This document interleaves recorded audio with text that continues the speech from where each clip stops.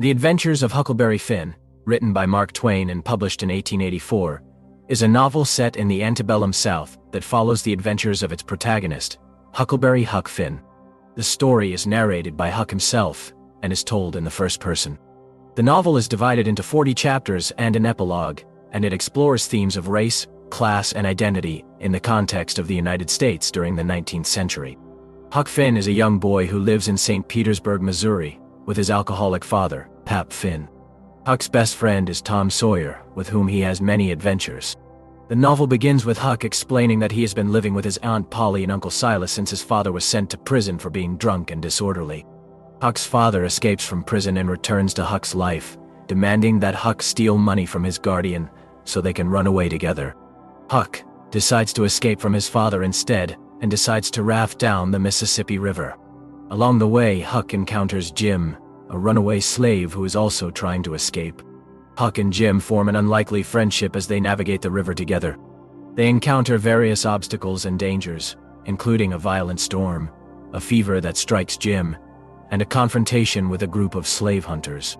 Throughout their journey, Huck learns about Jim's life as a slave and begins to question the morality of slavery. Eventually, Huck and Jim reach the Ohio River, which they believe leads to freedom. However, they are captured by a group of slave hunters who mistake Jim for a runaway slave named Jimmy, who has escaped from a plantation owned by Dr. Robinson. The slave hunters take Huck and Jim back to the plantation, where they discover that the real Jimmy has actually been killed. The slave hunters decide to sell Jim back to his original owner, Miss Watson, because she has offered a reward for his return. Huck, feeling guilty about betraying Jim, decides to help him escape again. They manage to steal a raft and make their way down the river. Along the way, they encounter two con men, the Duke and the Dauphin, who manipulate them into working for them. Eventually, Huck and Jim become suspicious of the Duke and the Dauphin and decide to leave their employ. They continue down the river until they reach the town of Cairo, Illinois, where they believe they have finally reached freedom.